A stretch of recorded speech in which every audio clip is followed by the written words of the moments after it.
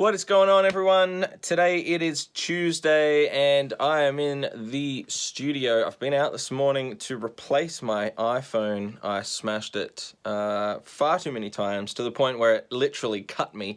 I had glass in my thumb. There's a mark in my other thumb that has really quite a deep scar, and it literally drew so much blood from the glass at the screen. So this morning I set out and got an upgrade, not necessarily to anything too crazy. I'm not really keen on the new phones or anything like that, but I got the iPhone 8, which allows me to do slightly better video, so hopefully this video might be a little bit crisper and clearer.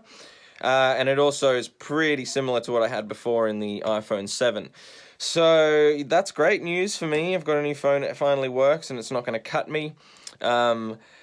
Otherwise, studio today, I've got some things to talk to you about songwriting and basically go through a few of the things that I've learned so far about the songwriting process and how I am going about it. And I've got 3 kind of main tips to give you the best songwriting advantage you can have, starting out at least. So, let's jump into it.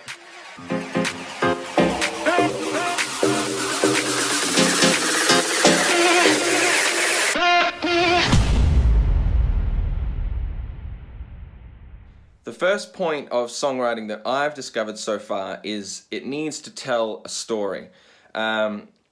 From start to finish, you can plan out how this is going to work out for you, whether you want to portray an emotion, an event, a feeling, whatever that may be. You can try and sort of direct the brainstorm, I guess, in the beginning of how you want the person to feel when they listen to the track.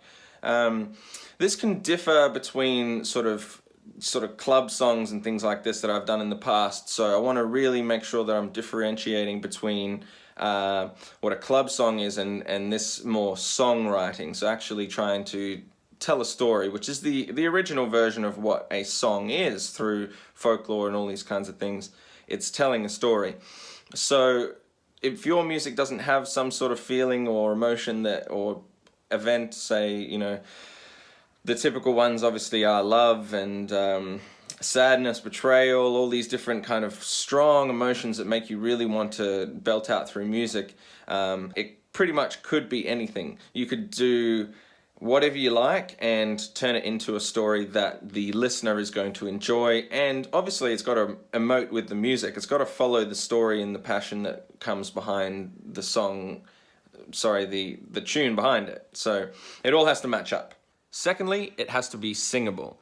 If you're not going to write something that is easily recorded by anyone,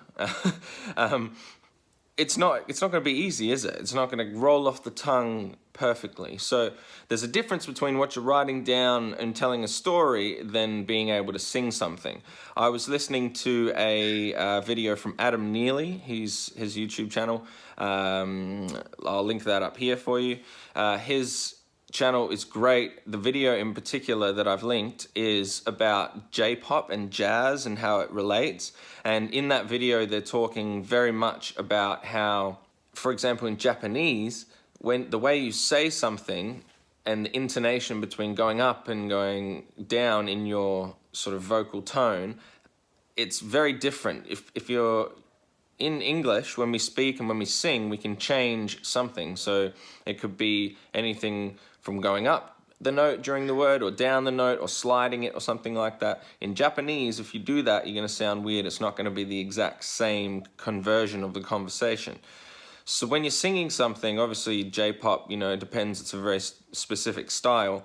But really be careful about the way you're going to be singing each word and how it rolls off the tongue, which is therefore how it's going to be listened to. Because if it's difficult to say, often it's difficult to listen to.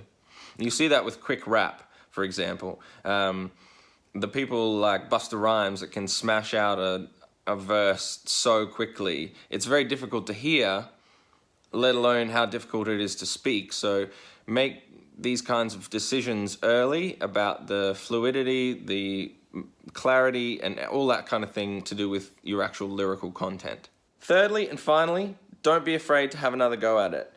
Sit on the idea, record it out first time, and if it doesn't really sit well, or play it to some friends and colleagues, whatever, people that you trust their opinion, play it out, and if it doesn't mesh well or flow well, don't just settle. Try it again. Jump in, have another 10 to 15 minute thing. I was talking about this in another video. I'll link this one. It's talking about albums, about going into the booth for 10-15 minutes at the start and really just humming out and smashing out as many ideas as possible. This can often lead to a few different ways, but if you come across the first one, don't just settle on that.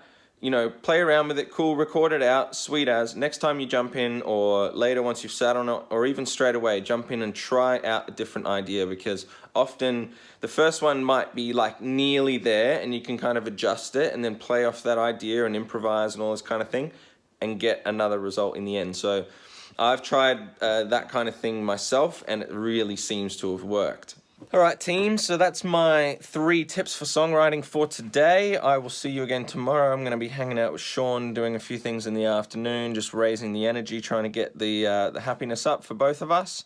It's going to be a good day, going to be full of exercise and sunshine, hopefully. The weather being absolutely amazing at the moment. So we'll see you then. Thanks for watching. If you enjoyed the video, leave a like as always, subscribe, notify, whatever, la-di-da-di-da-di-da. See you next time.